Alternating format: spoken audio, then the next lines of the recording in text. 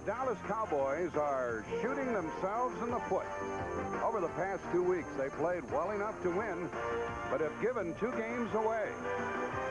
And as their season unravels, the Cowboys are in a fight for their playoff lives.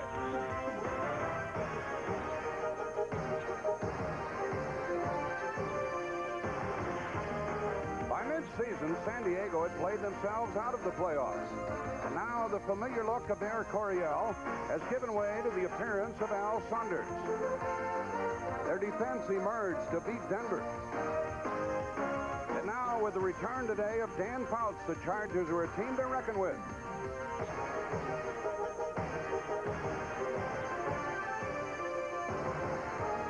Today, 2 of the most versatile backs in the NFL, Herschel Walker and Gary Anderson, take to the field as the Cowboys meet the Chargers.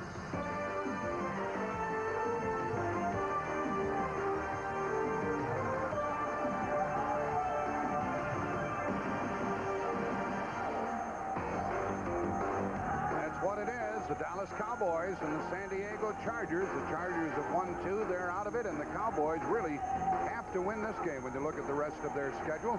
Take a look at the teams that are contending for the playoffs in the National Football Conference. Some of them in great shape, like Chicago and the Giants, although the Giants are losing at this moment. And Washington, you might have to add New Orleans to that list. They're winning their 6th game of the year at St. Louis, but Dallas can ill afford to lose this one. I'm Jack Buck, and here's a fella that you people in Dallas really love, Joe Theismann. Thanks, Joe, Jack. last week when San Diego beat Denver, they played Tom Flick at quarterback, and they were very, very conservative. Fouts is back.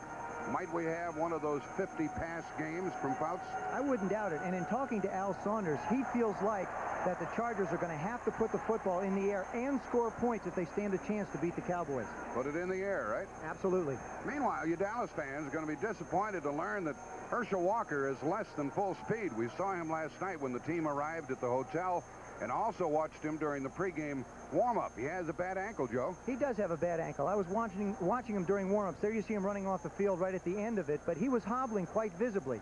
This is of concern to the Cowboys because Herschel Walker could be a very big part of their offense, much as I believe Gary Anderson will be a big part of their pass offense today. If Herschel can't go, all the load's going to fall on number 33, Tony Dorsett again, and believe me, he's up to the task.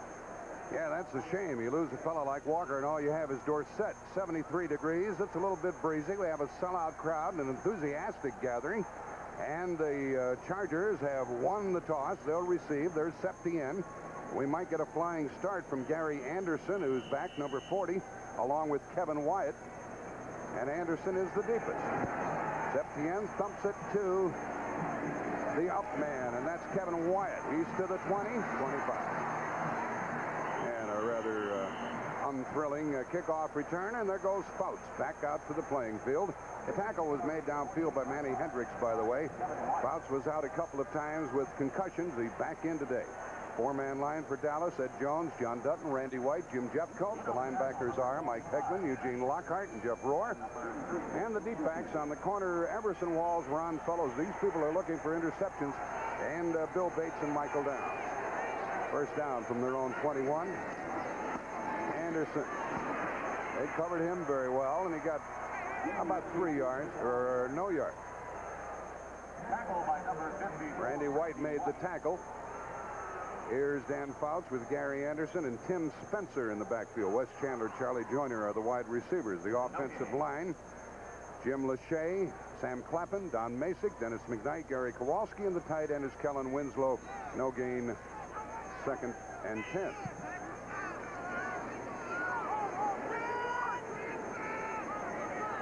Curtis Adams is in the backfield at the setback spot. A quick out here to Anderson. And he fumbled the ball, and Dallas has the football. Is ruled dead at the 40-yard line. Eugene Lockhart came up with it, and it is a fumble, in case you were wondering whether the whistle had blown.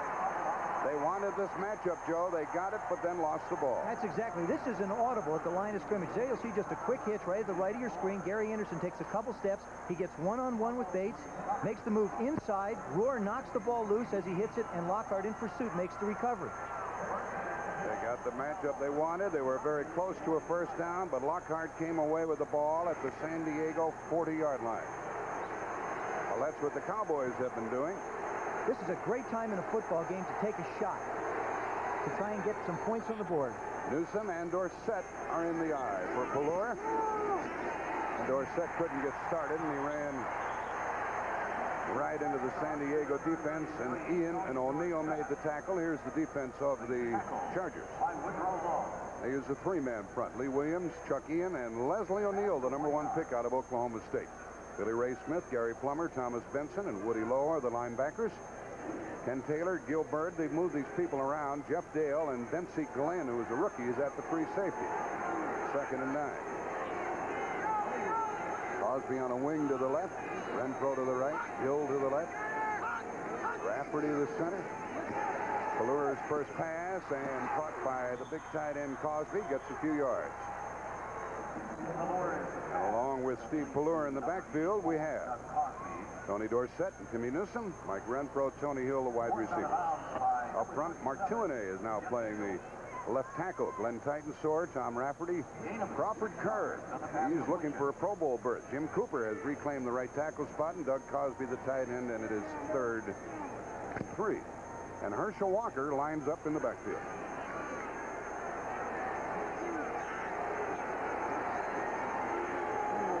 Now what do you do on defense, Joe? Well, I think you have to, you know, this is the toughest situation. You play pass. 3rd and 3. Out here to Walker. No first down. Thomas Benson, the linebacker, number 57, was first there. Let's watch Walker going off. Is he limping? He can run straight ahead, but when he tries to make a cut. There you see that left foot going down, actually heel first instead on the ball of his foot. I believe it's going to affect him as the game goes on. He's not running smoothly. That was his 50th reception for the Cowboys. This is something that the Chargers want to take out of the Cowboy offense. They realize that Timmy Newsom and Herschel Walker have been primary receivers, and they'll probably double them, send a linebacker with them all day to make them put the ball down the field. Mike Saxon punting. He is leading the league in kicking the ball out of bounds inside the 20. He's done it 22 times. Gary Anderson is the safety man. It's 4th down here and 4, and now they're going to take the 5-yard penalty. Number 4, 4th down. You get a little more room for the punter to pooch the ball. You know, you're talking a difference here from the 34 to the 39-yard line. Where are you going to pooch it to? I mean, you may as well kick it high and have it land. You're only talking about a difference of 5 yards. I don't see where it's going to make that much difference. This has been a penalty that kicking teams take that sometimes I can't understand. Saxon is kicking. Steve DeOssie is the snap man. A little bit low, and he hangs it high, and it will be well covered. Let's see what kind of a bounce it takes. Uh-oh, there you can do that. And the ball is down at the 2, a little backward bat. And you can do that as long as you're not in the end zone, and San Diego is way back in their 3-yard line after a 37-yard punt. Right in the center of your screen, you see Steve DeOssie, the center. Now, what happens is the reason he can get down the field so quickly is because there isn't anybody stopping him from getting there. This happens so often. He'll get right to there and knock the ball back.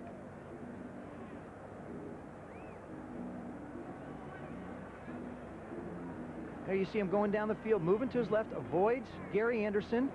Now, he finds the football, takes a Cowboy bounce. Now, look at him get up in the air. Look at that. And he jumped from inbounds. That's what made it legal. 2 tight ends, Cullen Winslow and Pete Holohan for the Chargers.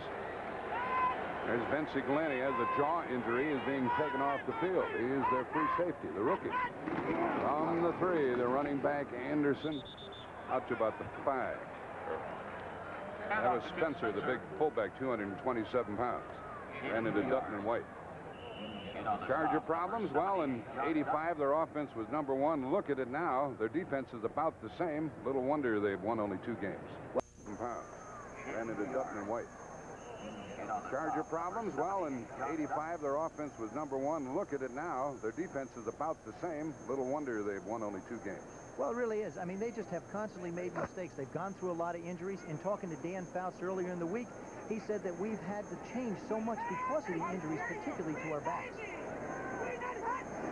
Rollhouse backfield. Spencer again. Nothing doing. Dutton and Ed Jones got on top of him. It's third down for Fouts. You know, he got 2 concussions in 3 weeks, Dan Fouts did.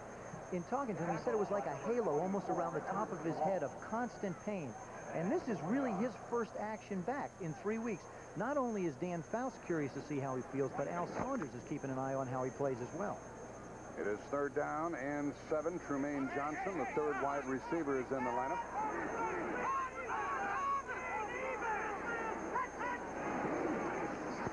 Anderson running. Good pursuit by Dallas, and they stopped it short. Randy White really cracked him. He was following him around, and the linebacker Jesse Penn held forth, and White made a big tackle. It's fourth down, and the Cowboys should get it back in good shape after the punt by Mozienko. San Diego playing it real close to the vest. I just feel like they don't want to make the crucial mistakes down deep. Their defense before forced the Cowboys to punt. Why not put your defense back out on the field? But you can't leave them out there all day. You're going to have to start taking the offensive soon in this game if you're the Chargers. Safety man is Gordon Banks. He's at midfield. Stay away from the kicker, and the left-footed punter gets it out to Banks. He'll return this one from the 46.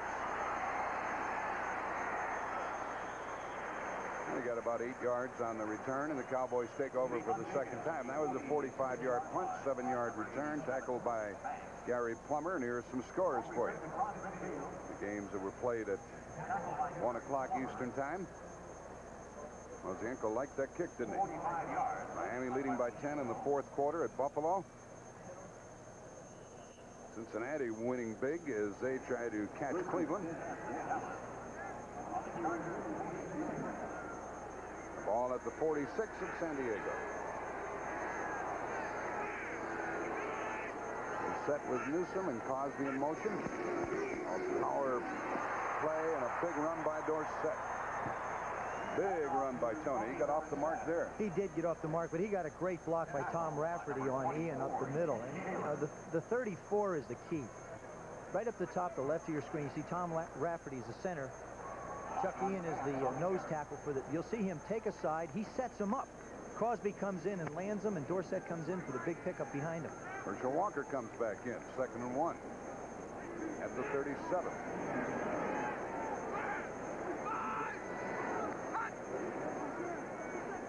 Two tight ends. Walker gets the first down. He's to the 35, not much more. We have 9:15 left in the first quarter and no score. And the tackle by Leslie O'Neal, number 91. Look at this crazy score, 10-8. Detroit leading at Philadelphia, fourth quarter. What inning? Bottom of the 9th, and Mike Schmidt's the batter. Still in the fourth quarter, Miami by 10 at Buffalo. And Cincinnati with a handsome lead over Seattle. First down at the 35. Look what Pittsburgh's doing to Houston. And the Jets are out in front. On first down, Dorsett and Walker. And a whistle stops play. He made that call because of the 30-second clock. A good call by a quarterback. And TV wants no timeout. Well, you can never tell whether Landry is happy or unhappy, but the Cowboys use a timeout. The late Jack Murphy, former sports writer in San Diego, did an awful lot to bring big league baseball and pro football to this area, and so they named the stadium after him. And it's amazing they've been able to generate this enthusiasm after winning only 2 games. The Giants had a tussle but beat Minnesota by 2, and the Bears final just in 13-10 in Atlanta. Chicago wins their game, and New Orleans is 6-5 after winning at St. Louis. And they're a hot team. They've won 3 in a row. Mike Sherrard is a wide receiver. On first down. Pelluer found his man. First down. He threw it to Sherrard. And you know what Tom Landry told us about number 86 last night? He said this kid, number 1 pick out of UCLA, is now in the kind of position to change a football game. He really is. Here you see Pelluer in the middle of your screen. This is one of their favorite routes. You'll see Walker swing to his left. You'll see the tight end set up right in the middle. There goes Chandler across. Now, Pelluer sets and fires to Sherrard. In talking to Paul Hackett, he said, now is the time that Sherrard has got to make an impact for us. 13-yard gain to the 22. High formation with Dorsett the tailback. Dorsett Dorset on a reverse to Sherrard. Looks pretty good for a moment, but they catch up with it. Good defense by San Diego.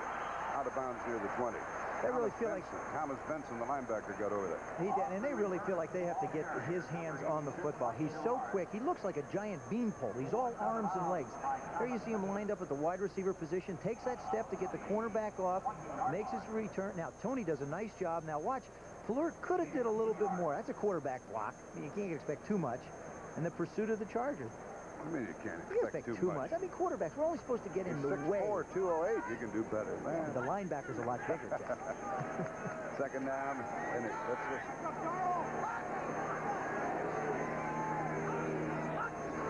Bill went in motion. A toss to Dorsett. A good block.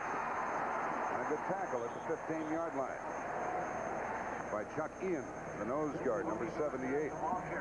That's one of those plays where you have everybody up at the line of scrimmage. You're going to blitz them. You anticipate a pass. They run it, and a great saving tackle by Ian, or else Dorsett would have turned the corner. Another final, Pittsburgh over Houston. Howard Richards is playing the tackle spot. Mark Tuna had a finger in the eye. He'll come back in. And he is being worked on along the sideline. So it's Howard Richards, number 7 today. Newsom and Dorsett in the backfield, 3rd and 3. Crowd making some noise. And incomplete. He threw into heavy coverage. Really zinged it and caused he couldn't hang on. It's 4th down, and Septien comes out. Well, he had to throw that in the coverage. The Chargers went back into a double zone. They changed up a little bit. Instead of playing man-to-man down inside the 20, they went to a zone coverage. He went to the only receiver he could. Had one-on-one coverage with the linebacker, and incomplete. Should have been a caught ball. But that linebacker, Plummer, got some help from Billy Ray Smith, and here's Septien trying from the 23, so a 33-yard kick with Pelluer holding the ball. Septien is 12 out of 17. Get a good look at it. Good snap. And good. 3-0 in favor of the visiting Cowboys. 7:02 left in the first quarter. So Tom Landry's happy about that. But you can't tell. There are the young ones in the league with Al Saunders taking over as the youngest head coach now at 39. Sam White, Stan Reeves, Marty Schottenheimer. And there is Saunders still wearing that necktie. He won't give it up. No, he won't. He gets up first thing in the morning. He says, I'm going to work. I'm going to business. I'm going to adjust myself ready for business. Kickoff by Septien, and Gary Anderson, who returned one earlier this year for 98 yards and a touchdown, is back at the 5. Good kick from the 1. 10. 15 outside. 20 and out of bounds. Chased out by Everson Walls. Pretty good man to have over there on the kick return. For those of you who aren't familiar with this gentleman who took over on the 29th of October, he's had quite a coaching background. He was at Missouri. First, he was a graduate assistant at Southern Cal. Then he went to Utah State. Here he is at California. And he had his biggest success at Tennessee.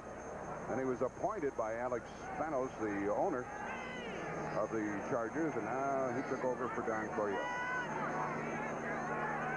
Coming out and from their own 25 with Fouts. Fake to Spencer. Airs it out. Anderson underthrown. Complete. Complete. Joe, we see a lot of underthrown passes that are caught. We do, and it's just something that the receivers of the Chargers have learned to do. Here again, you see him out far to the right of your screen. You're going to see Dan make a play-action fake. That's Gary Anderson split out on Bill Bates. Now, he just airs it out, and Gary does a fine job of finding the ball. Bill lost sight of the ball. This is the mismatch that the Chargers feel like they can get against the Cowboy defense. They do not believe that Bill Bates can cover Gary Anderson one-on-one. The ball rests at the Cowboy 31.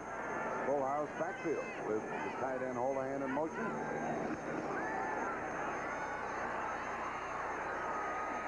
And almost picked off.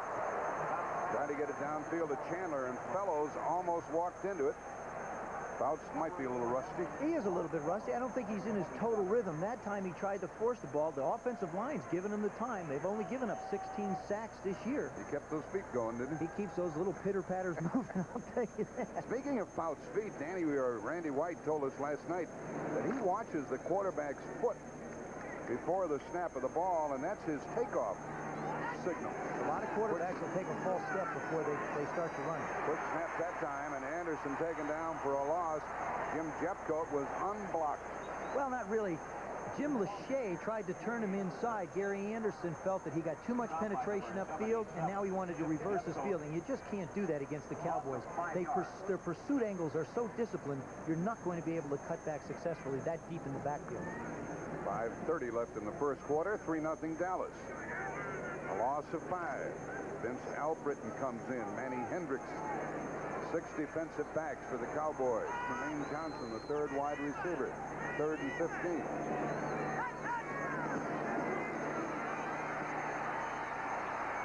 To the sideline and broken up. Very heavy coverage over there by the linebacker Jesse Penn. He backed into him a little bit, but as long as he was playing the ball, you can get away with that. That's right. Here you see up the upper left part of your screen. Now, he's lost himself as far as where the ball is. Gary Anderson almost makes the same type of a play he made against Bill Bates. They're down the lower part of your screen. Here you see him turn and make the play. This is something that Dan Fouts does by design, I'm sure, is if a guy is running head-to-head with the defender, he will underthrow him to allow his man to make a play on the ball. Ralph Motienko will punt for the second time. This one was 45 yards. Gordon Banks is back. That goes into the end zone. It was just a yard too far. There was good coverage downfield by Donald Brown, but it was a yard in front of him. It'll come out to the 20, and the Cowboys will take over. First and 10 Dallas on the 20-yard line.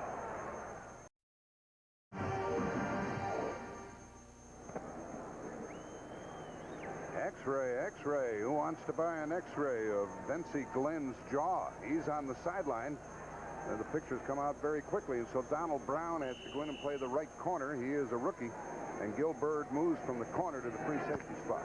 This is the way they've played most of the year and not really had the type of production out of their secondary. They'd rather have Byrd on over the corner, but with Glenn hurt, you got to go with what you got. Walker in the backfield for Pelluer. Hill in motion. Herschel is popped. He stood straight up by Lee Williams. Got a 2-yard pickup on that one. One of the things that's concerned Paul Hackett, the offensive coordinator of the Cowboys, is their inability to gain yardage on first down, whether it be running the football or throwing the football. Here they've come out and tried to run first down, run second down, possession pass third down. I think the Cowboys are going to have to open it up if they want to consistently move the football this afternoon. 2nd down and 8. Walker and Dorsett are the tandem.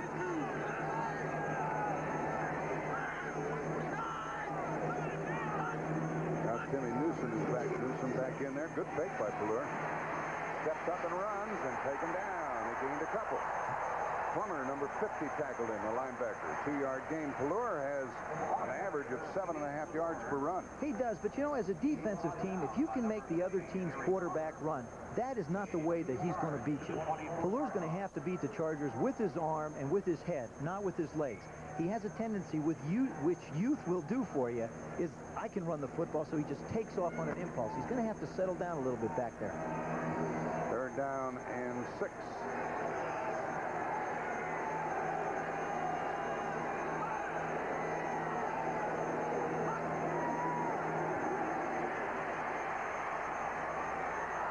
Good throw and a good catch by Herschel Walker. Have you seen something? He looks like a wide receiver leaving his feet. Jeff Dale covering him. Good pass. That's one of the things that Herschel Walker does probably as well as anybody in the National Football League.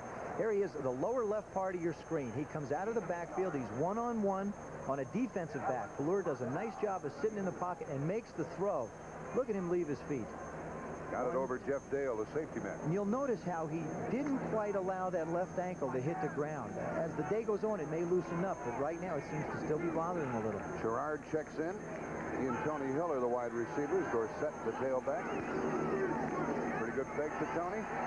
Carrying out. And a flag and a touchdown.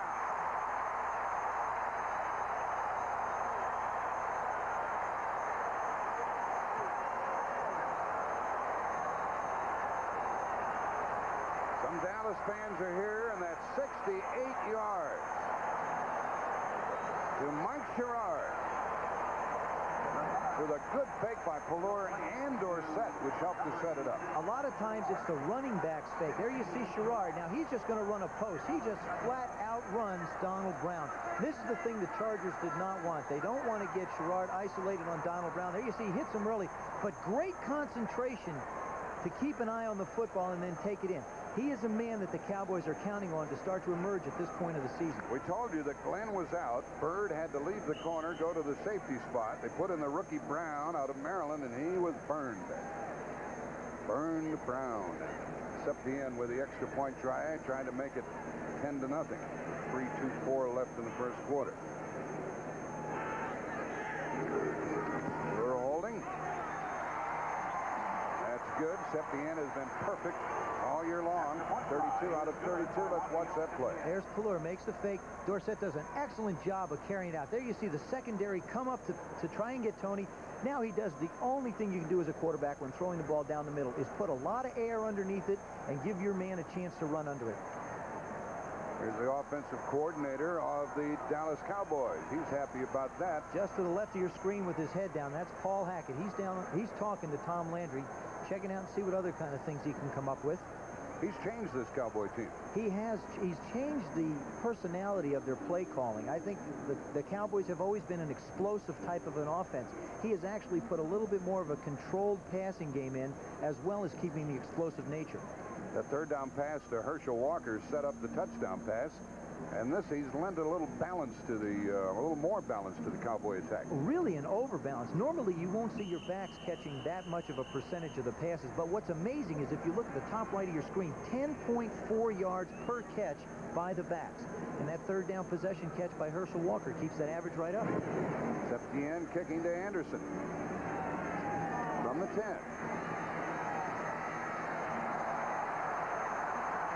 Past the 35-yard line. Well, we're winding down the college football season. Michael Downs made that tackle, and what a doubleheader we have next Saturday on CBS Sports. It's Michigan at Ohio, and the winner goes to the Rose Bowl. And they will play Arizona State, and so you get a Rose Bowl preview, actually, because Arizona State will be playing Arizona, and it starts at 3:30 Eastern time, so it's a collegiate doubleheader. And you're going to see some Rose Bowlers in action. Very big drive for the Chargers. They've got to get something going. From their 36. Toss to Spencer. Very little. Randy White stood him up. 2-yard gain. It surprised me a little bit. The Chargers have come out trying to establish a running game. I don't feel like they're going to be able to run against the Cowboys. Talking to Al Saunders, he said, look, we're going to have to score points. Look at the arms on that Spencer. He weighs 227. They're not arms. They say he gains trees. He gets bigger every week. They're limbs. New England jumps ahead of the Rams. Denver pounding Kansas City. Curtis Adams in the backfield.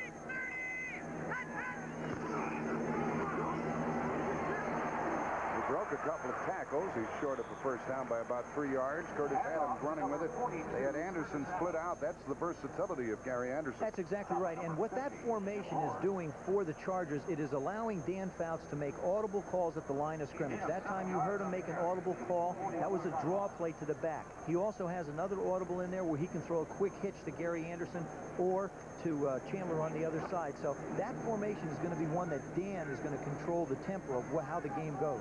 Third and a long 2. Spencer back in there. Holohan in motion. That ball took off. Got it over Kellen Winslow. High and away and incomplete in punting time for San Diego. So that might be some rust on that football. It really is. He's just, you know, he's setting up fine. He's getting back fine. And he's making his reads fine. The thing he's not doing, I think, very well at this point is throwing the ball. And that could be just from not being out there. And obviously, Dan's not very happy with the way it's going either. Mosienko kicking for the 3rd time. And Gordon Banks is inside his 20. Banks will have to be smart about whether or not to handle this ball. 10-0 Dallas. 1:55 left in the first quarter. They stay away from the kicker. It's well covered. Fair catch from the 21-yard line by Gordon Banks. Steve Pelluer's brother is here, Scott Pelluer. He was just cut by New Orleans, and he is watching the game. There's quite a Washington connection that's tied into this game. There's a penalty flag on that punt, by the way. Team downfield. Number 37. Penalty is declined. First down. So the Cowboys go from their 22. There's quite a Washington connection here with Pelluer, his brother, an NFL quarterback. And the San Diego quarterback, Tom Flick, also played at Washington. There's Flick, who started last week. And there's an assistant coach on this San Diego team who is a childhood friend of Steve Pelluer. Herschel Walker is in there. Cosby on a wing.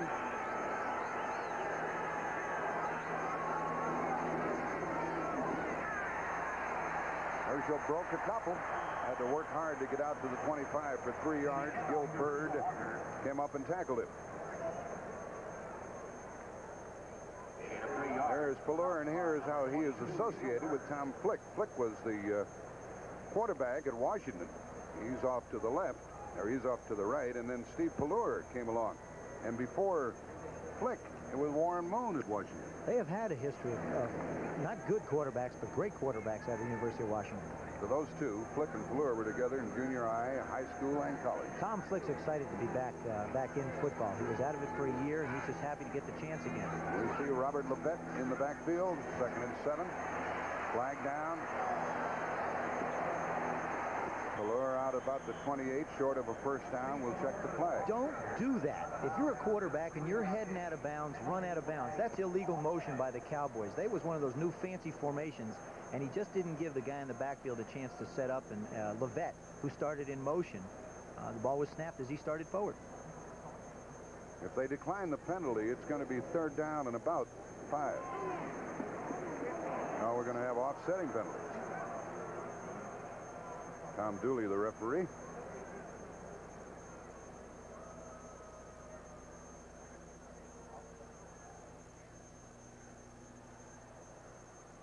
Illegal motion. Number 29 offense. That's Levette. Illegal use of hands. Number 23 defense. Penalties offset. 2nd down. On the sideline, Danny White. What a big hit he took. And there's the cast on that right wrist. And he is not expected to play anymore in 1986, even if the Cowboys make it to the playoffs. But he's still a very big part of that Dallas Cowboy offense because he gives Steve Pelluer added support. And Throw and Hill are in there. Dawson set up on the left side on 2nd down. That's not unusual for the Chargers. They had 33 sacks coming into the game, and that's Leslie O'Neal. That's the first sack of the day on Pelluer. Right over the center, you'll see Leslie O'Neal. As the ball is snapped, he just beats Rafferty right up the gut. Big, hard drive. There he comes. Look at that guy. They say he's too small at 255. We talked to him yesterday about that. He doesn't feel he's too small at all. He feels like he can play 60 minutes of football at any position. The Chargers want to use him like Denver uses Mecklenburg a lot. Move him around all over the place. 3rd and 17, 3 wide receivers, including Mike Sherrard. What a good throw. Oh, out of bounds. I thought he had him from our angle, trying to get it out to Sherrard. Cowboys will have to punt, and the Chargers should get the ball in good shape. Only 2 seconds left in the 1st quarter. That's a big, big defensive play by the San Diego Chargers. They've given up good field position to the Cowboys this afternoon. Now all of a sudden they come out, get them back in their own end, and do a good job of stopping. Not a very smooth offensive series for the Cowboys either. See how high and far Saxon can thump it on his 2nd punt of the day. Gary Anderson back at his 45. They better cover him. What a versatile performer. Kickoff returns, punt returns, tailback, wide receiver. Saxon played out here at San Diego State, so he's got to know the air pretty well. He's familiar with the air, right? Oh, a terrible kick. But not a bad bounce. Could have been worse. Steve DiAsi had a high snap and threw it all off.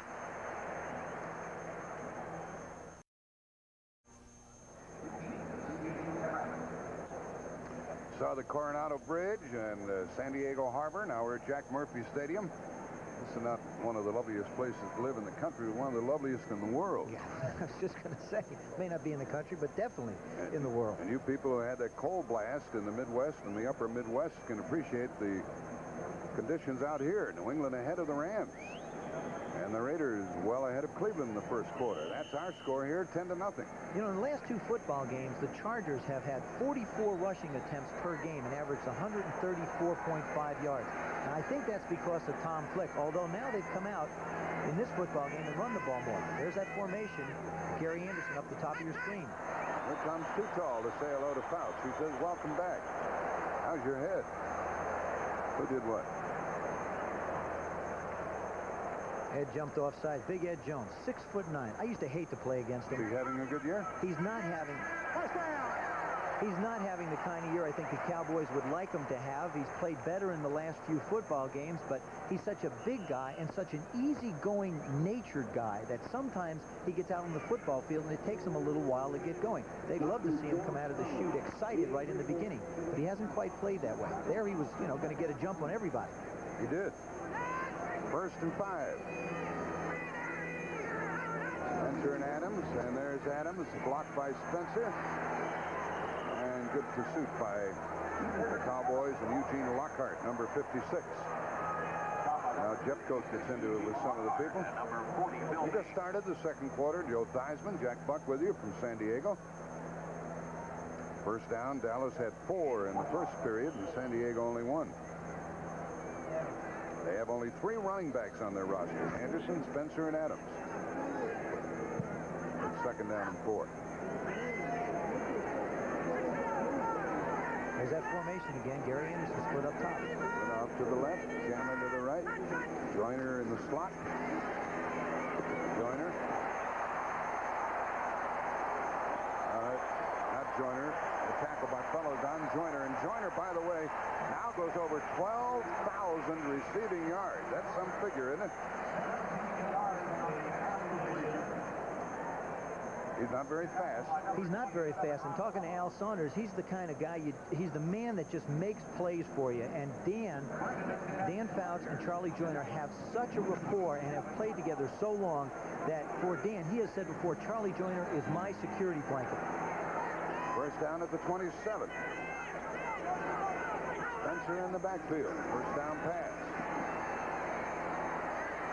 Diving attempt and incomplete to Chandler. He's in his 9th year. Fellows covering. When you come back from a layoff, Joe, what's the biggest problem? I think the biggest problem is just getting your timing back. And we saw it in the first quarter. Dan Fouts, his reads were fine. His footwork was fine. But his arm just wasn't, he wasn't putting the ball exactly where he wanted it. You know, he was 3 of 7 at this point.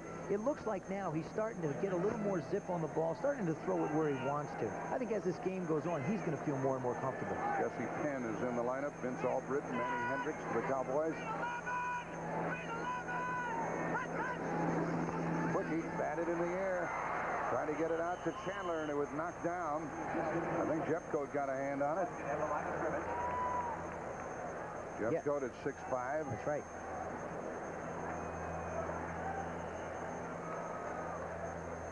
Cowboys realizing that Gary Anderson, they realize now what the Chargers are trying to do. They want to isolate Bill Bates. So what they did is they made a change and put Manny Hendricks on. There's that little quick hitch pattern again, only this time Dan Fouts went to the other side of the field to Wes Chandler, where Jeffcoat got his big mitts up on it and knocked it down. That's the thing about the Cowboy defensive ends. They rush so well and get their hands up so well, it creates problems for short passes. Fouts is only 3 out of 8. This is 3rd down. Ooh. Overthrew his man. It was Anderson coming into the middle of the field. Covered by Hendricks again. And it's 4th down. And Bernershka comes in to see if he can get some points for the Chargers. Bernershka is 10 out of 14.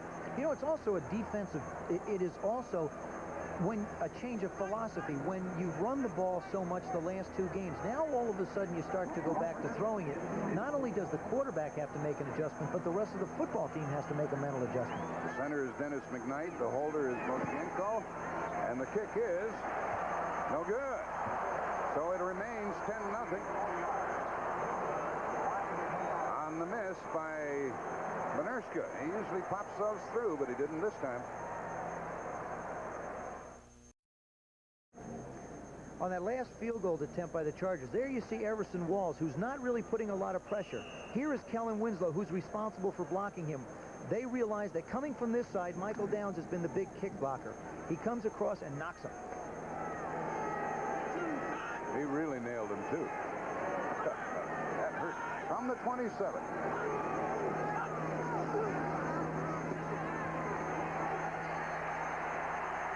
Down he goes for the second time. Chuck Ian got to him, number 78.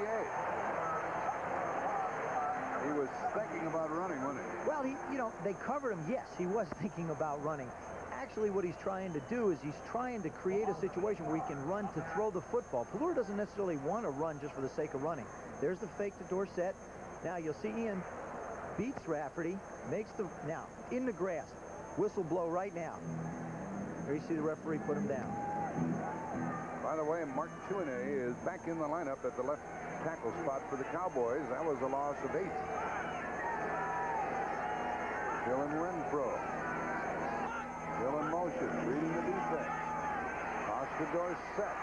Taken down from behind by the linebacker, Billy Ray Smith. Smith got away from his block. And hauled him down from behind, and he's limping. Chuck Ian down on the bottom again. If you're going to play a 34 defense, the 3-4, the 34 defense, the nose tackle is the most important man in that defense. He has to control the 2 guards in the center triangle. And with the type of play he's playing, he's doing a good job this afternoon. Extra defensive back is John Sullivan for the Chargers, and Earl Wilson comes in up front to help with the pressure on 3rd down. Wilson's number 93. 3rd and long. And Pelluer was expecting the snap, and Rafferty held the ball, and the offensive lineman moved. Well, the quarterback moved. That's your 30-second clock. Well, that's your 30-second clock. It wasn't that the quarterback moved, but because of the substitutions that the Cowboys make with their special personnel on 3rd down, Pelluer was unable to get the play called in time. Now he called a timeout one time earlier in the ball game. This time he got called for the 5-yard penalty. They're going to have to get the plays in and out quicker, or else it creates a problem, because you just don't need 3rd down and 20. That's what they have, 3rd and 21. A lot of penalties this year for the Cowboys. Gerard is the extra wide receiver. They draw it. They cover it. Tackle at the 20. Punting time for Dallas. So this defense is a little different. Tom Landry said they have the best defense that they've had in years at San Diego. Absolutely right. What they've started to do in recent years is they've started to draft defensive players.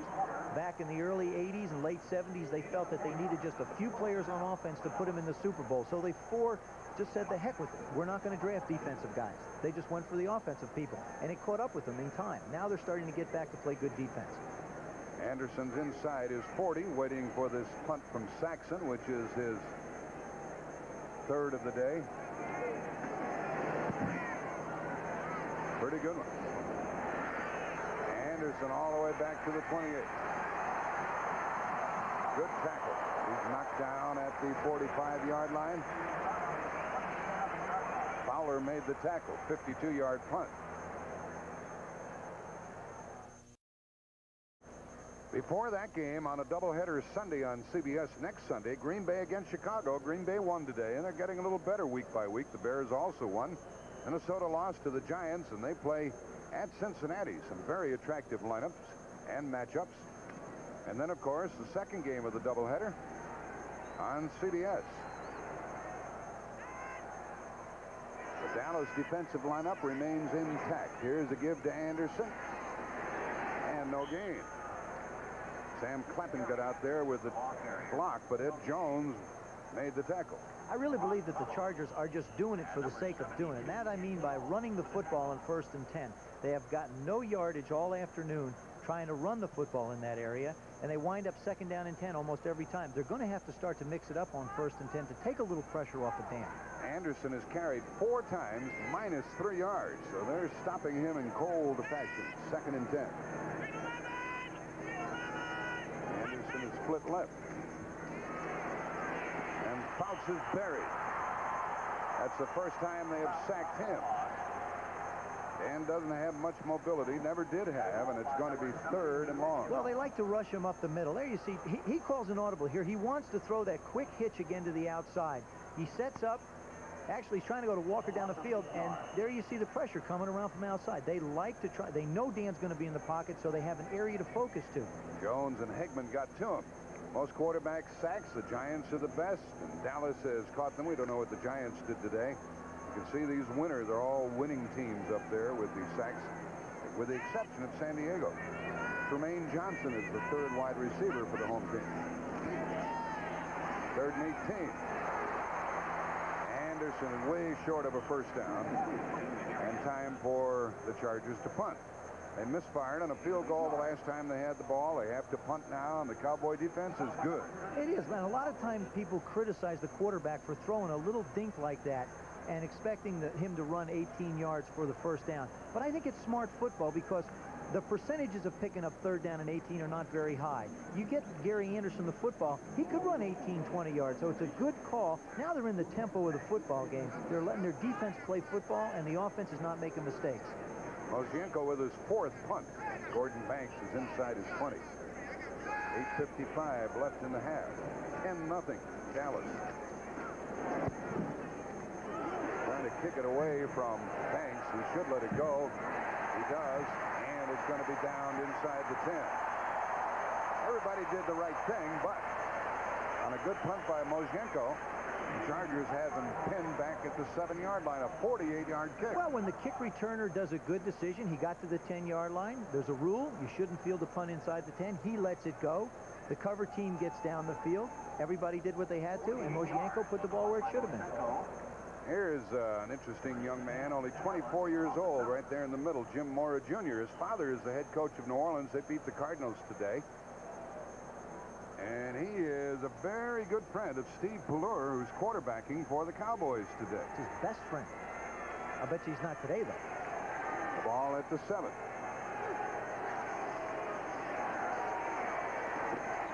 Dorsett is shy of the 10-yard line, and the ball came loose, but it's 2nd down. Jim Mora Jr. talked about his relationship with Steve Pelluer, his best friend. Well, I've known Steve since about 9th grade, and we've been best friends since then. We played high school ball together at Interlake, and then we played at University of Washington together, so I've known Steve for quite a while. I've been asked some questions about him just because I know him personally, and maybe some ways that we can get to him, maybe fluster him, but Steve's not the type of person that you can fluster real easily. He's a real solid person, and I'm looking forward to playing against him. Ball is at the 9. Throw in motion. That's what Walker cannot do with that bad ankle. He can't turn upfield. He cannot make the turn off his left ankle. It is visibly bothering him, and I think it's going to hinder a little bit what the Cowboys want to try and do. There you see him limping back to the hut. As the game goes on, it may or may not loosen up, and I'm sure he wishes he was a little bit healthier. He might have been able to make the turn. Now they bring in D. Hardison and Earl Wilson to help with the San Diego rush. John Sullivan is their extra defensive back. Tom Landry's club facing 3rd and 6.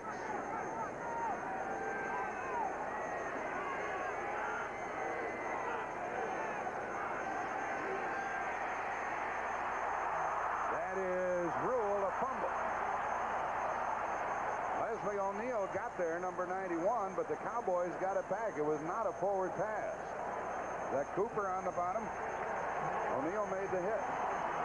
There you are. You're sitting right in the end zone watching this one. Pelluer looks back. Now he steps up in the pocket just like he should. But O'Neal comes around and just gets his hand. Now where's the football? He does a fine job of finding it. Pelluer falls on it. Smart play by the quarterback. Saves a big turnover for his football team. He got it back. Now Mike Saxon has to punt from the end zone. And Gary Anderson is out near midfield. Timeout called. There's 7:18 left in the half.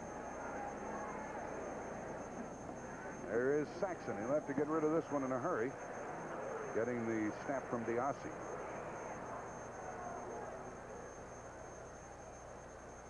Line of scrimmage is the 3.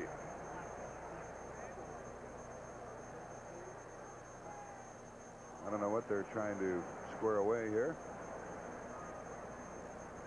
So perhaps the replay official, Royal Cathcart, has something to do with this situation. That's Tom Dooley. Wherever Tom was going, he decided he didn't want to get there. Too far. Jogs every day, or every Sunday. Why? Tell us. After further review by the replay official, the play will stand. The question was whether or not it was a forward pass. It was not. It was a fumble. Pelluer got it back, and it's punting time. Royal Cathcart is the replay official. He said to me today, "Be kind to me today, Jack." Nobody's been kind to the instant replay. Fourth punt by Saxon. We've had, this is the 8th punt of the game. Anderson back in midfield. Good snap by Diassi. Good blocking. Nice high kick to the 40. And Anderson couldn't get on track, and it was covered very, very well. That's what happens when you have a high punt. Jeff Rohr got downfield to make the tackle. 57-yard kick. Folks in Dallas love Joe Theismann. Joe, San Diego can't move. What are they going to have to do? Well, they can't move. What they've tried to do is they've tried to run the football on 1st and 10.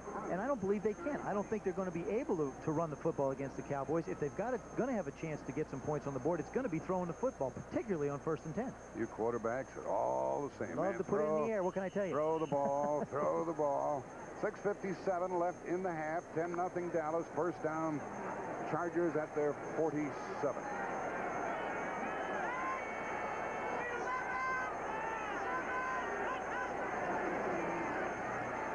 Joe called it first down pass, and it worked to Pete Holohan, the tight end, number 88. Now they got the Cowboys playing defense. It's 2nd down and 5. They got 5 yards. It's going to, now you can charge your offense a little bit and put the other team actually on defense. They have to defend both against the pass and the run now.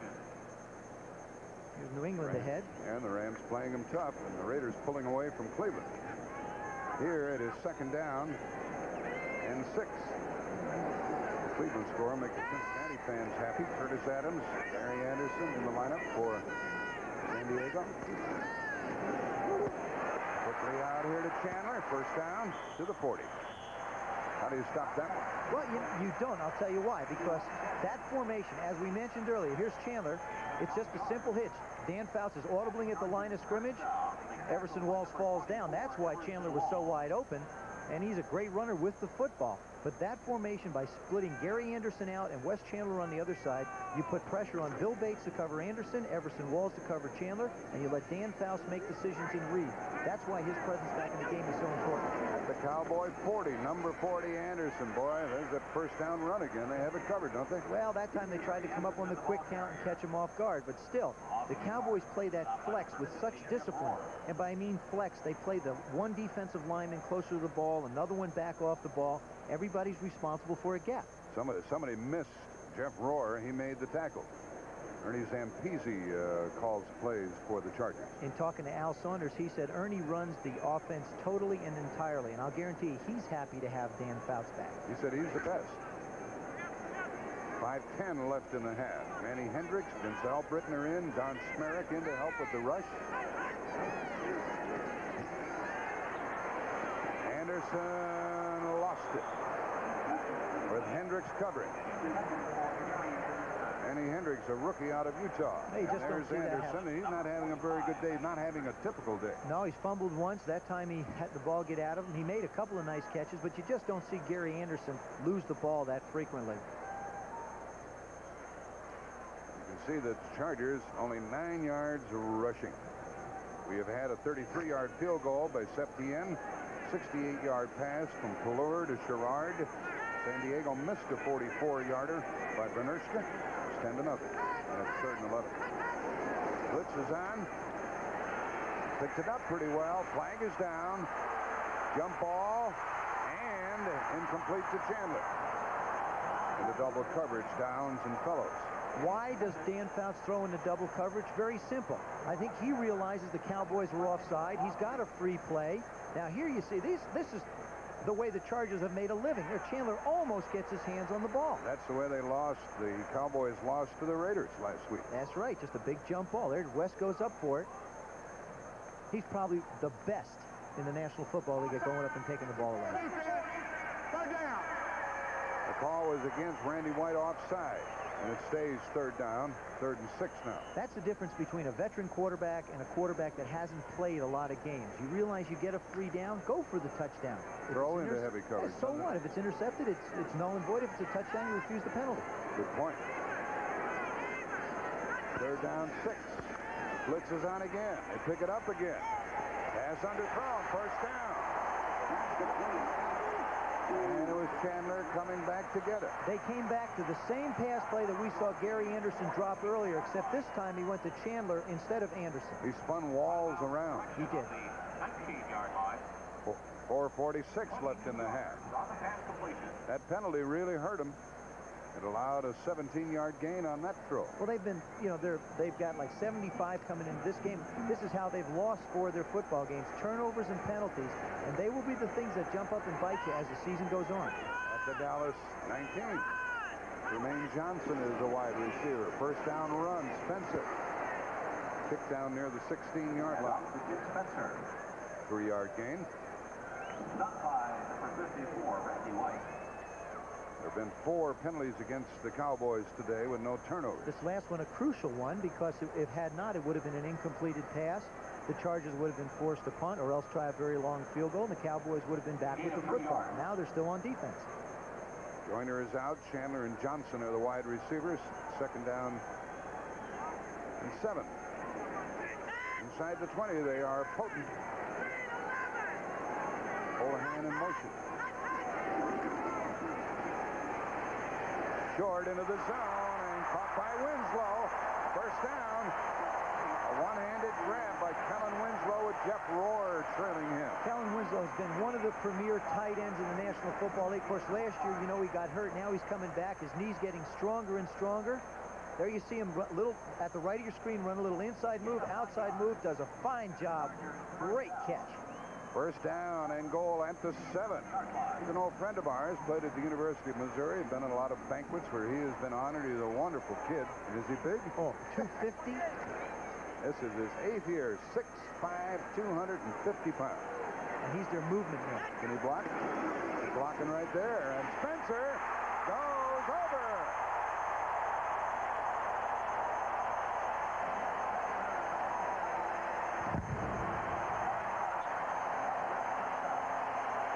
Tim Spencer out of Ohio State with a 7-yard run.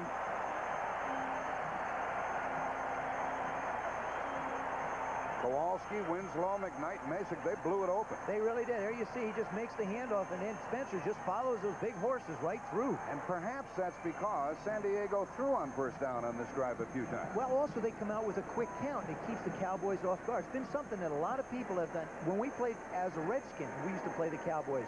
We used to like to quick count them a little bit because they do a lot of shifting with their backs and their defensive line. They love you in Dallas. Oh, yeah, I'm big. 3:17 left in the half. The extra point try from Bernershka. He has missed 2 this year.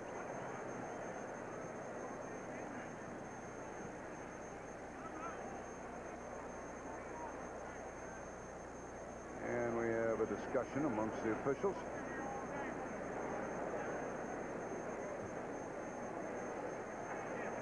What's going on? What could it possibly be? See, he doesn't know either. The official just says, I don't know. I have no idea. They're just killing a little time. And a close-up look at Al Saunders, 39 years old, the youngest coach in the NFL. So we're talking to Leslie O'Neal and Billy Ray. Smith. He needs those two. He needs those two, doesn't he? Those two, if they play. Upon review by the replay official, the play will stand. Try the point. I got to make a point right now. They're getting carried away with this. Yeah, well, I think it serves a purpose, but every time there's a play going someplace, I mean, these two things have been rather obvious. I don't see any controversial things. Yeah, the guys play football and stop stopping the game. The question was, did his knee touch before he went across the goal line? It was almost blocked. Obviously, by further review, it didn't.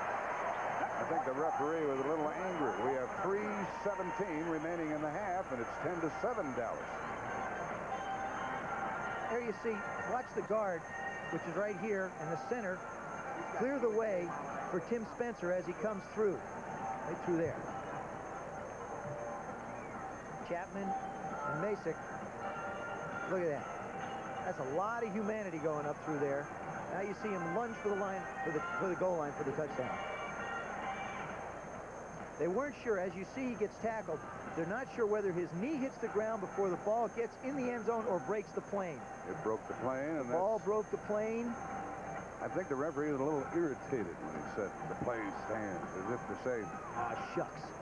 You know? That's right.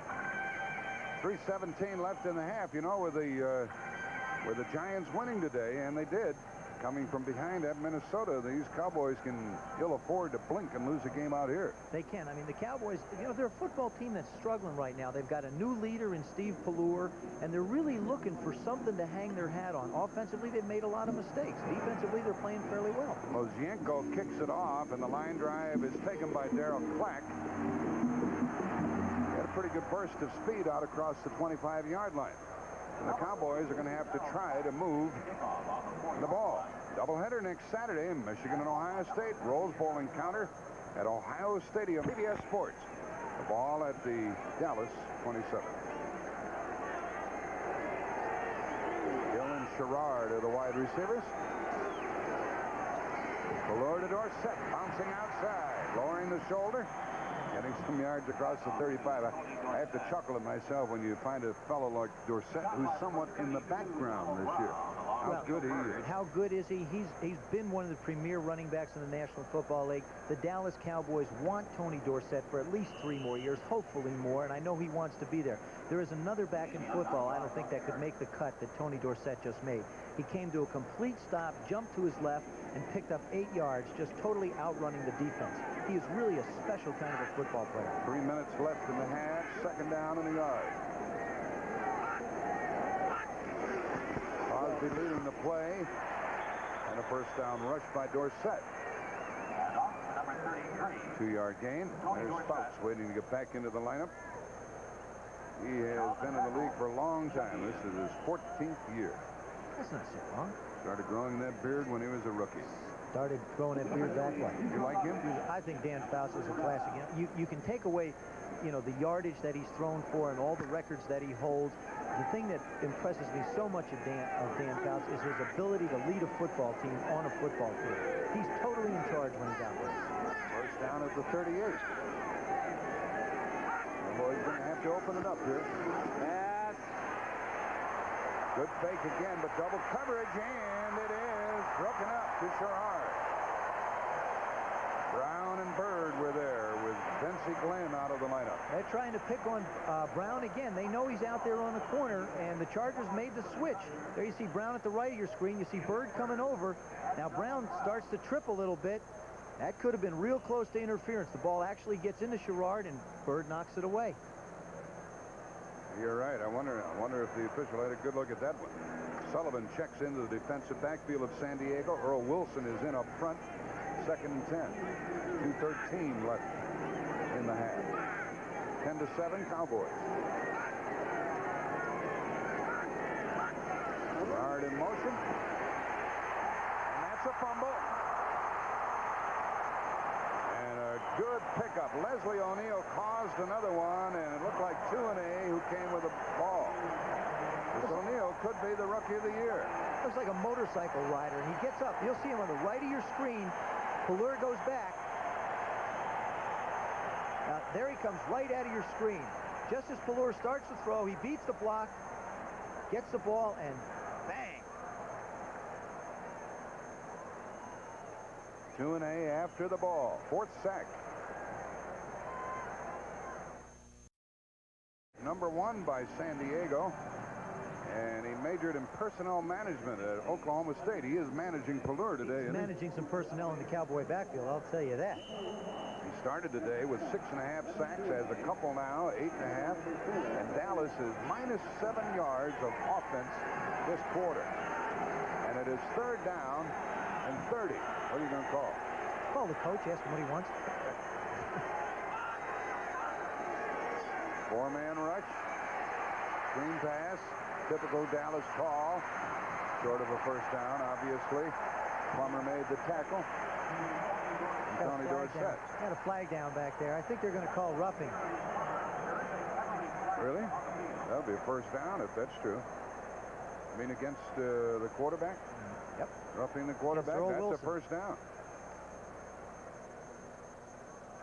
Personal foul, roughing the passer, 93 defense. That's Earl Wilson. That's a first down. Wilson is hot. There you see Leslie O'Neal come around the corner. There's Wilson. They went to the head a little. Now, you know, I just really feel like they're showing it here on the screen and the fans. I really feel like that the officials have got to become involved in the tempo of football. They cannot just go black and white by making calls of what you see.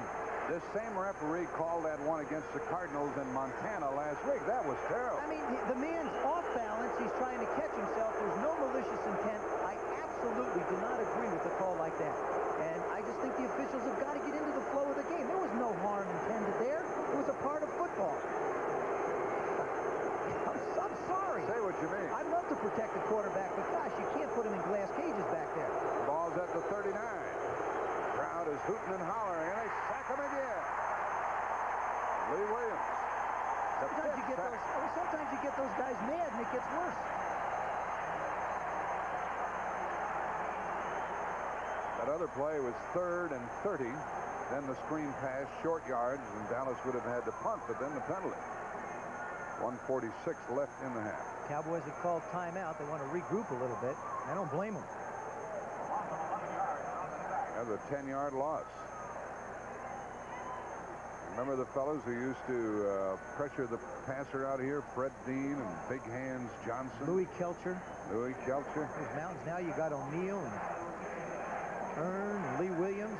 Earl Wilson. Boy, they put those 4 guys in and put their ears back. You know, second down and 20 is not one of those nice calls, too, for a coach.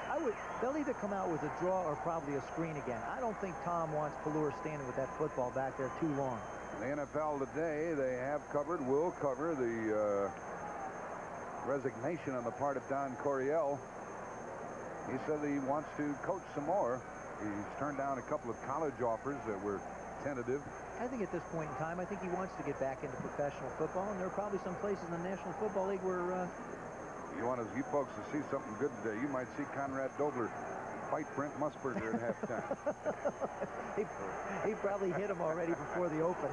2nd down and 20. That's at half, and a lot of final scores to pass along to you, and a good many details as well. This crowd is hostile now. Listen to him.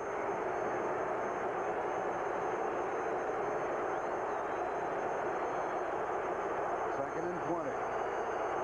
4-man rush. Beautiful throw. A first down catch by Tony Hill on 2nd and 20. What a throw. Great execution by the Dallas Cowboys.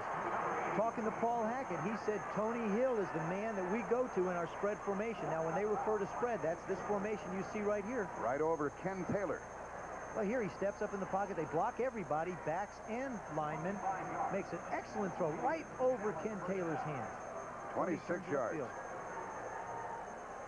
26 yards. Rafferty of the center did a good job. Right in the middle of your screen. You'll see him come out. Now, he helps on Leslie O'Neal, giving Pelluer that little bit of extra time. Ball at the San Diego 47 and a first down with 1:39 left in the half. Plenty of time. The bomb to Sherrard. Is he out of bounds? Yes. Out of bounds. Donald Brown, the rookie, they're picking on him, number 32. Pretty heavy coverage by Brown. Well, you see Brown here. He's having trouble finding the football. Sherrard is looking back for the ball as he runs. And Brown is looking for the ball. But by looking back for the ball, that is determined as incidental contact, and the defensive guy has just as much right to it. That's the reason there was an interference call there. If he had not looked back, they would have thrown the flag on him. Absolutely, but I'll tell you something. It does not take this man off the hot seat. I believe that the Cowboys are going to try and continually isolate Sherrard on him, and they're going to have to sit down at halftime and say, look, we got to figure out a way to get him a little help. That's because Vincey Glenn was injured earlier, and they're playing Donald Brown in the corner. They have John Sullivan in the defensive backfield now. Screen, and he threw it away. Boy, this is a rough game now, folks. Herschel Walker was drilled to the deck by Gary Plummer, number 50. Plummer threw him down, but he also helped him up. I mean, you know, a lot of respect. Thanks a lot. Threw him down, but helped him up. That's one of those sorry about that. This is a screenplay. Now, Pelluer does an excellent job. He throws it near the intended receiver so he doesn't get called for grounding. There's Plummer throwing Herschel down. He says, I'm sorry. Wait a second. Here, let me help you out. And Billy Ray Smith was on top of Pelluer, and it's 3rd and 10. 1:28 left in the half. 10-7 Dallas. They have their hands full. Tipped. And incomplete. Plummer that time again in putting pressure. He came from a blitz. They just had too many people coming. Plummer was on top of him, and Dale deflected the ball. They just didn't have enough people to block him on that side. Well, this crowd's into the game, and that's really helped the Chargers.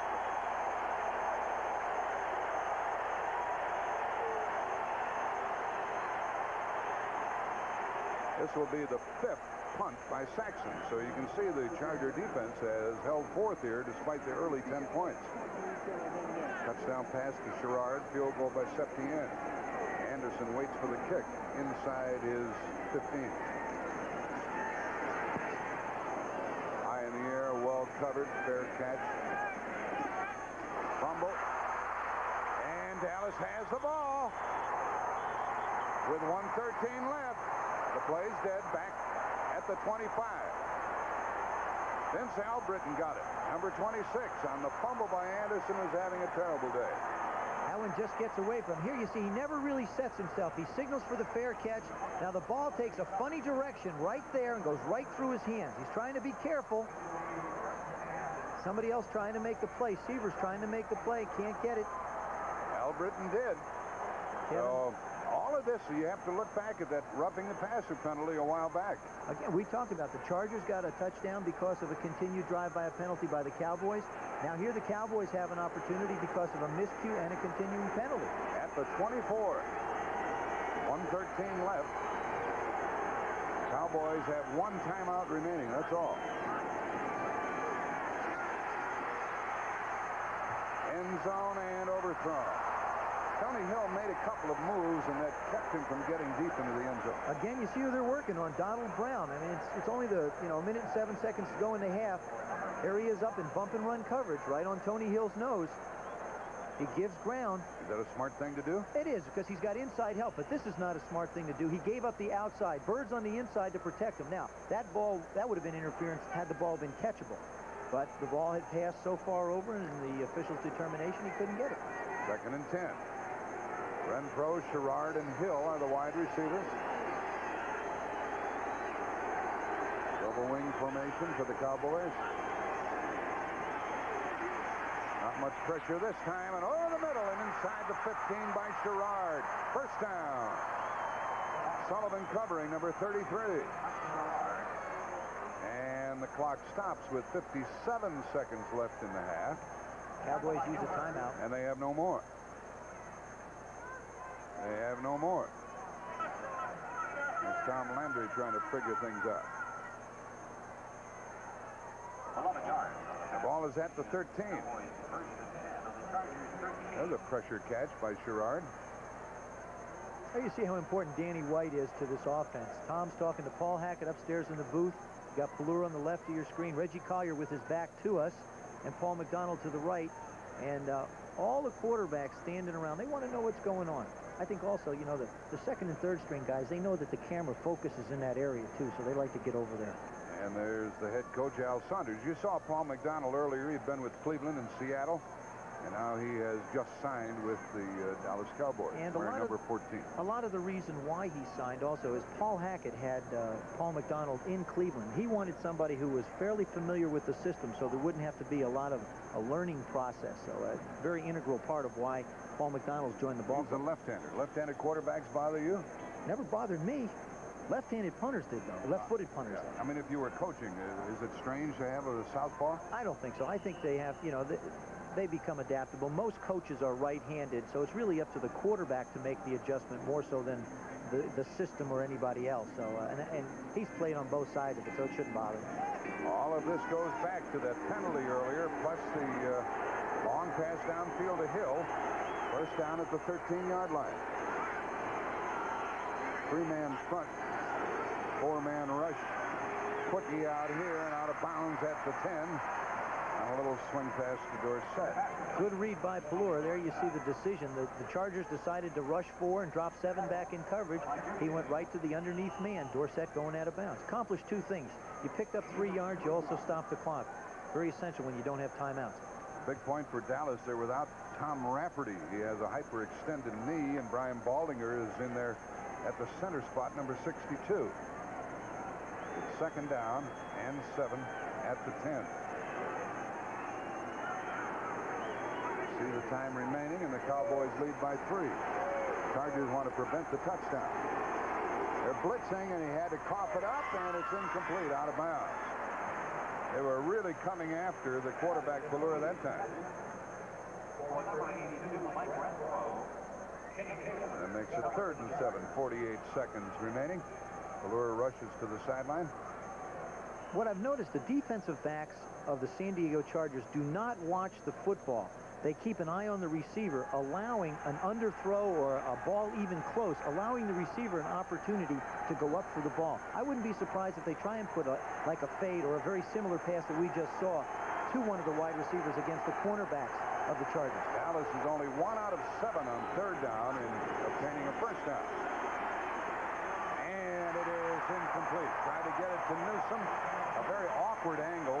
And it's field goal time for Dallas. That was a tough throw to make. It was a tough throw. It's a tough catch, too. The ball's coming with a lot of velocity right over your shoulder. That should have a little bit more touch on it, a little more arc. If not, it shoots right through. The extra back, Sullivan, was covering on the play, and Septien goes to work. You know, if I was a coach, you know what I'd love to do here? Call a fake. Why? Why? Because, you've got momentum going your way. You're moving the football. You're making plays. There's absolutely no way I would think the Chargers would expect it. But I wouldn't expect Tom Landry to do this in this situation.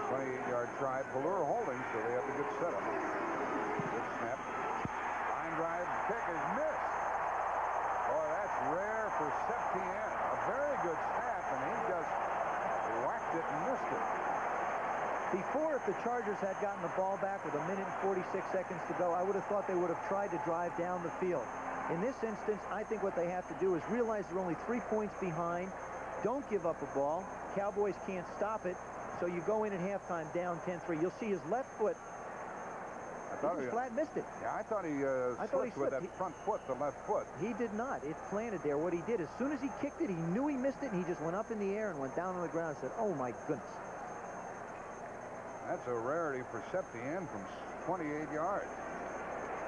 So he's made 1 of 33, and he's missed 1. Dan Fouts is the kind of quarterback you want to have handling a football team with this many seconds, 35 seconds to go on the clock. They use a hurry-up offense. They have 3 timeouts remaining. They run it to Anderson. Fans don't like the approach, but he gets out of bounds with 22 seconds remaining. Either run the clock out or call the timeouts. No, I'll tell you what you do is you run the ball maybe the 1st or 2nd time. You save your timeouts because they can run 4 or 5 plays now. If they pick up 10, 15 yards, they get in field goal range. If you can break one of those big runs, then you can get in field position where you can start to play. Well, they call the timeout now, and there are 22 seconds left. You say they can run 4 or 5 plays? Well, they could. You see, you could have with 22 seconds to go, because if a man catches a ball inbounds and a wide receiver catches an in pattern, he can declare himself down, and they have to blow it. Yeah. Any player on the field can call timeout. Well, for a very short period of time. Of course, he was a great player with the Cardinals. Great player with. Our guys used to line up against him. Normally you find somebody on the other team that you don't like. But when I played with the Redskins, the guy that we focused on who used to play for the St. Louis Cardinals was none other than Conrad Dover. Well, he was a good guard. He could pull and get out there in a blink. Oh, he was tough. He could bite you. I saw a game here, and he kicked Louis Kelcher on the first play of the game. He likes to set tempos that way. But you look at him now, and he's just a nice, peace-loving man. Yeah, in church. 22 seconds left in the half. Al Britton, Hendricks, Holloway, they're all in there for the Cowboys. Short pass, very safe play to Anderson. 15 seconds left. Why don't they just forget it? Why don't the Chargers just forget it? They're going to call another timeout and have 15 seconds left.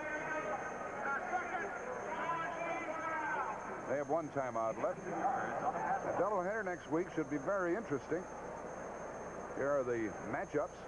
Green Bay at Chicago, Minnesota at Cincinnati, meaningful games, both of them. And then later on Sunday, Dallas and Washington. And, you know, that's always been a big, that game has started already. You know, they play San Francisco tomorrow night, but in Washington, this is the game that everybody looks to, whether you're a fan or a player, and it always boils down to the fact that both of those teams are in a playoff race.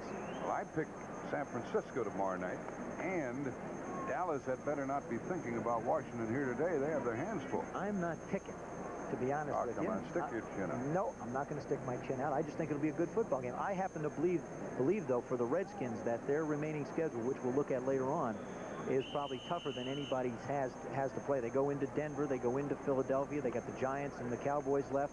They've got a tough road to hoe between the three, the Cowboys, the Giants, and of course the Redskins.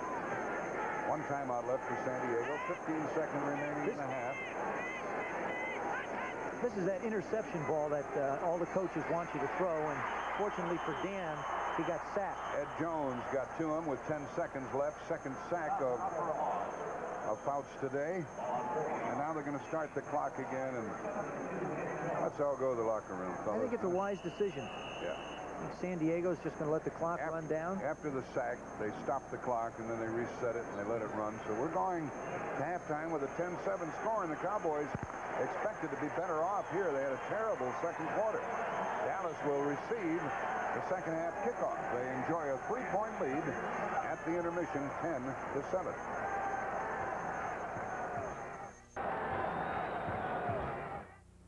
CBS Sports coverage of the National Football League is sponsored by Toyota, builder of tough, powerful, reliable. Harris Corporation and their Lanier Business Products divisions. Lanier, we're easy to use.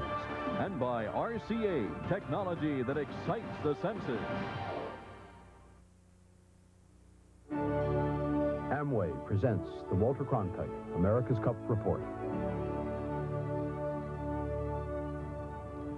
In 1983, it was the wing keel. In 1986, it may well be fiberglass. Chris Dixon is the skipper of the New Zealand Challenge. Chris, why fiberglass? Well, Walter, fiberglass, as opposed to aluminum, gives us a boat that is stronger for the same weight and the same weight distribution throughout the boat. It's stronger. So these tough conditions off Fremantle, where it blows 25 knots a lot of the time, our stronger boat should be a little bit quicker than the aluminum ones. Are there other advantages? Just having a physically stronger boat is the main reason we've gone fiberglass. Obviously, there's a little bit of a psychological advantage as well, in that we've got something that apparently is a little bit better, and nobody else has got it. So we'll play that one long as well. She's a little bit quicker all around. Some people are as reliable as sunrise. You can see it in their smile, feel it in their handshake. Their life is fulfilling. Their work is rewarding. Happiness is something they've created for themselves. Amway people. Hard-working Americans you can rely on to give their best. Every day. Tonight, a merciless newspaper man meets his final deadline. Actually, it could have been murder. When Harry Gardino guest stars. Murder? She wrote. Then, the epic story of two feuding Fresno families begins. Charlotte Kensington and Tyler Kane, locked in a battle for control of an empire. Reckless with passion. Surprise. Ruthless with power. You're the most evil man I ever met. An entire Raisin dynasty is up for grabs when Fresno flies tonight.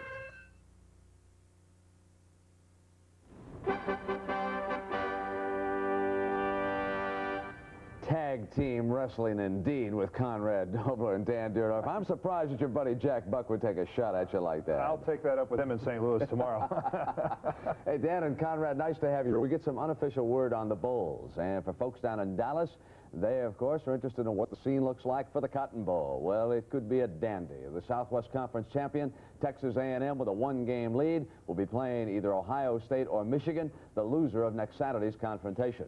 And down in El Paso on Christmas Day, it'll be the Sun Bowl, another good one.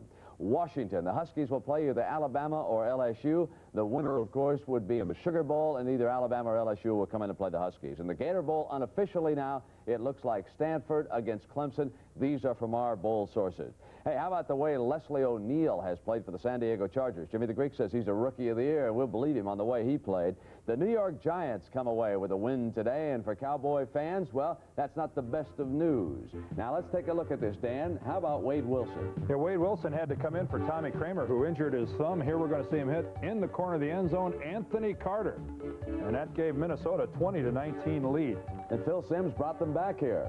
Yeah, he sure did. He's going to hit Bobby Johnson here for a 22-yard gain.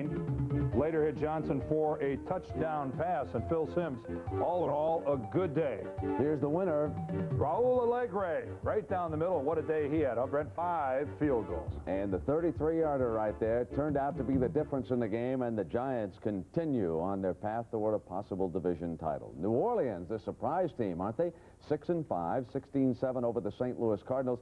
Conrad, what's wrong with your St. Louis Cardinals? When are they coming back? Well, I'll tell you what, I think it's that Tom Benson boogie. I mean, have you ever seen Bill Bedwell jump in the air? You couldn't slip that piece of paper under his feet.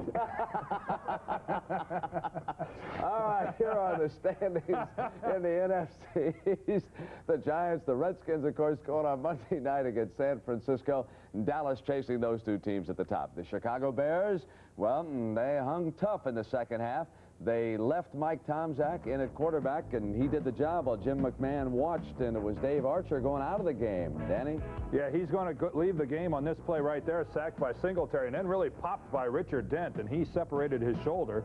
We'll await word on how long Dave Archer is going to be out of the lineup, if at all. Tomczak was better in the second half, wasn't he? Yeah, he sure did. He made a comeback, and this, a long play to Emery Moorhead. This is going to be good for 85 yards. Emery can't get to the zone, though. We're having a gasoline problem right here.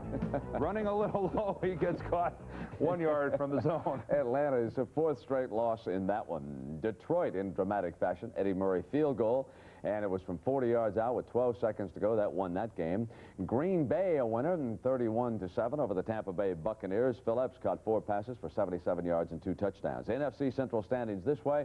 The Bears open up a 3-game bulge on Minnesota right now. Over in the AFC, Pittsburgh a winner today. No points in the second half in that game.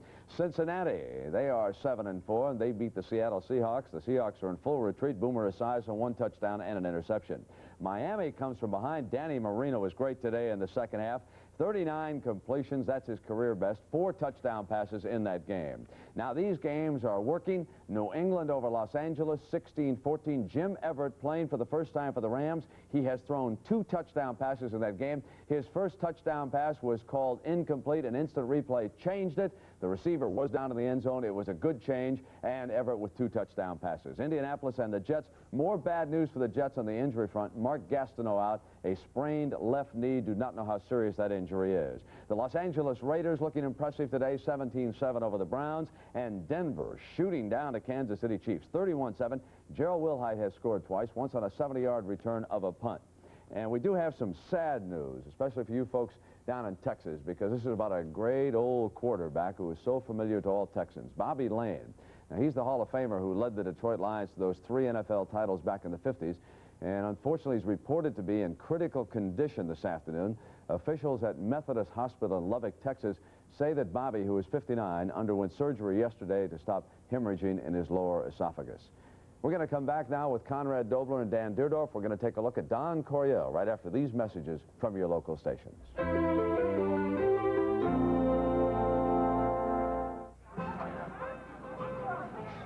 you know me? I won the America's Cup. From me. I'll bet you Yanks can't even remember what it looks like. They can't even remember what I look like. That's why I travel with the American Express card. Likewise, mate. Without it, I'd be dead in the water. What a pleasant thought. To apply for the card, look for an application and take one. The American Express card. Don't leave home without it. Between them, they've dominated the Big Ten for 20 years, and between them, this year's crown will be decided. The Wolverines of Michigan, the Buckeyes of Ohio State. Next Saturday, the Big Ten collision of the year. Then Rose Bowl-bound Arizona State meets Arizona. And on Sunday, doubleheader action starts with the NFL Today, followed by the Packers against the Bears. Then two teams hot on the playoff hunt. The Cowboys battled the Redskins, and a fierce rivalry is about to grow fiercer. Next weekend on CBS Sports. This is CBS. Are you being charged extra when you charge your gas? Oh, Mr. High Roller. And is your gas card only good for buying gas? No good, Chester. I need the green stuff. Then you need the extra credit card from Diamond Shamrock. Go with the card you've been looking for. Go with the card, it won't cost you more. Go with the card, there's so much in store. The extra credit card, no extra charge. From Diamond Shamrock. One of the world's most demanding test tracks, and the 1987 Suzuki Samurai 4x4. It's taking the straightaway test. It really goes straight. Maneuvering into the uphill test, the downhill test. Now, the all-important brake test. Let's break for lunch. Turning to the off-road test, juggling test, potato salad test.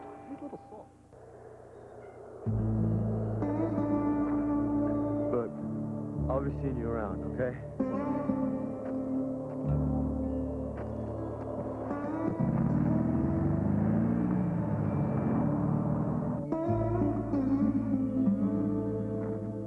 Look, I'll be seeing you around, okay?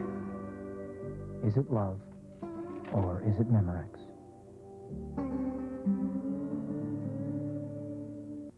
Paul Crane in touch with sports, weeknights at 6 and 10 on Channel 4 News.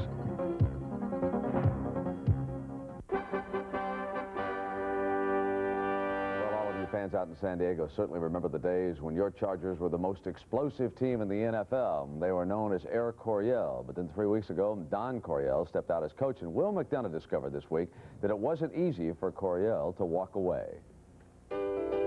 Don Coryell loved to coach more than anything else. He did it for 33 years as a head coach. You could ask any other coach in the National Football League to pick one guy who loved the game more than anybody else, and they would say, Don Coryell, look at that intensity. But suddenly, something went out of Don Coryell this year. After winning just one of his first 8 games, he quit on the San Diego Chargers. He went home, didn't tell his coaches, didn't tell his players, and he left everybody wondering why. I thought in my own mind and that a change would be best for our football team, and so I don't know. I don't know how in the hell I want to. One of the questions Coryell had to live with was the appointment of Al Saunders as assistant head coach, raising the question that Coryell was no longer in charge. My role within the organization was purely an administrative nature in terms of doing all of the things that didn't exactly relate to football as such on the field. Don made all the decisions as he always had. As a player, we didn't feel that there was any such thing as him being a lame duck coach. Our season has been real frustrating for us as players, and we've been trying to concentrate on improving ourselves and getting the team back winning. So we really don't pay too much attention to what the press says about us or about the coaching situation. It wasn't until this past Thursday that Coryell came out of seclusion and talked to the press and his players about his abrupt decision.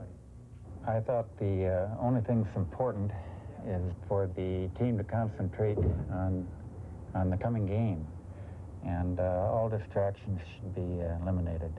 And so I thought it would be best for me if I just disappeared and took off. It was a very emotional time for me, and I wasn't in shape to talk to the ball club. Other veteran coaches have found pleasure in pastimes outside of football, and Coryell is looking forward to a quieter life.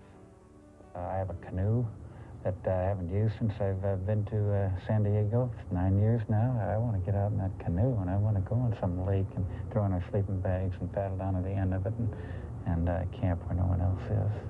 Do you ever think there's a situation that would make you come back to pro football again and coaching? I don't know that. I'm not prepared to answer that question. I haven't thought about it, and but then might change my mind in a year or two, but I'm so pleased that, and proud of myself that I've been able to last this many years. Dan, how did he fire up the Doblers and the Deerdorfs? Oh, Don was famous for his halftime talks, and I remember one time we're down to the Giants by 2 touchdowns, and we had just gotten a new foosball table in our locker room, and for some reason Don must have thought we were spending too much time at the foosball table, so he's going to destroy it, and he charges it from 15 feet away and bounces right off. Don's a pretty slight guy. I remember that. It was excellent. Conrad, do you remember what he was like as a head coach? Don Coryell, as far as I was concerned, was an exciting person to play with, one of the most intense people I've ever played for. He made the game fun. I came into the league under Bob Holloway, and having Don Coryell come in there, it was an exciting part of my professional career to get to play under an intense individual like that. The only thing I would like to add to that and say is that Don, I think I speak for every player that ever played for you. We all love you. The man is a fabulous human being. I missed the long touchdowns as a broadcaster. He provided us with a lot of great excitement. All right, and the National Football League will continue the second half of the Chargers and the Cowboys coming up with Jack Buck and Joe Theismann in a moment.